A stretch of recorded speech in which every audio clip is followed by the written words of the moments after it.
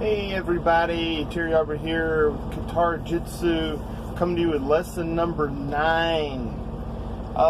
Didn't know if I want to do this lesson next or the next one. I wasn't sure of the order. I guess it really doesn't matter.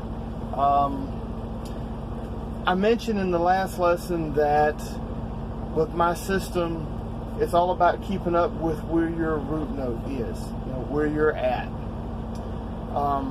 Well, what happens if you get confused?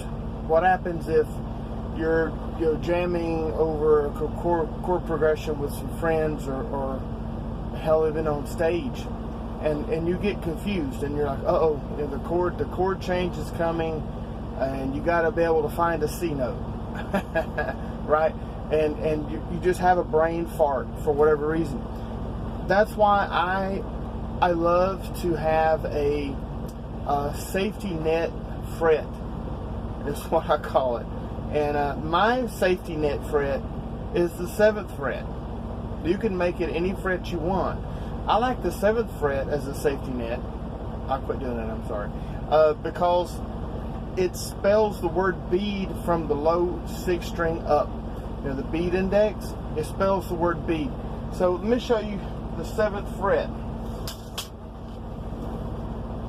See, it says this is 7th fret, so this would mean this one's the 5th, this one's the 7th, and that would be the 9th fret, okay?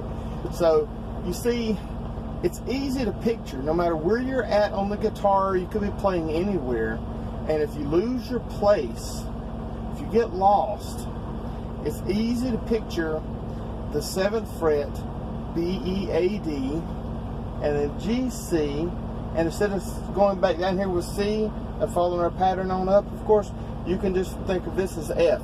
So I'll think of this as a single little box that will get me any note that I want. I can find it quickly based on this fret pattern. I chose the 7th fret because it's pretty central.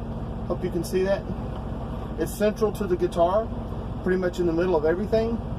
And of course, it happens again on the 19th fret, right? So it's bead, G, C, F. Bead, G, C, F. And that way you can always land on a known note and get back into your root system, get back into your root scale, get back into your progression fragment. You can land back where you know where you're at. So it's a safety net. You're never going to get lost completely if you know the bead, GCF little pattern that I just showed you. So write that down. It's important. It's especially going to become important when we're doing scales and things.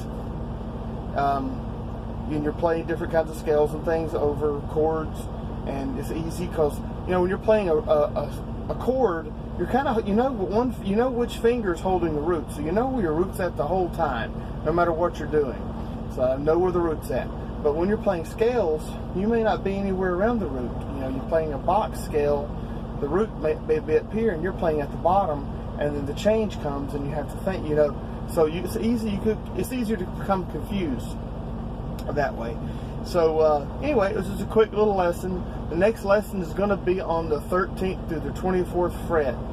So, and then after that, I think we're going to get into the pentatonic scales, unless I'm forgetting something. I'll have to check my notes. But, all right, well, just like and subscribe, and you definitely don't want to miss any future videos, because, like I said, it's going to get you playing all over the neck. You already are with chords, but soon you'll be doing it with scales, too. And, whatever genre you play, you're going to be able to get a lot of benefit from this because it unites the whole fretboard. It's a technical mastery of the fretboard, and you can apply it to any style of music. It makes things possible that it isn't normally possible for players. I know I played a long time before I figured all this stuff out, and a lot of people play their whole life and they don't know the fretboard as well as you do. You've mastered your fretboard if you followed all these lessons. So anyway, like and subscribe, and I'll see you back here for lesson 10. Anyway, take it easy. Thanks for showing up.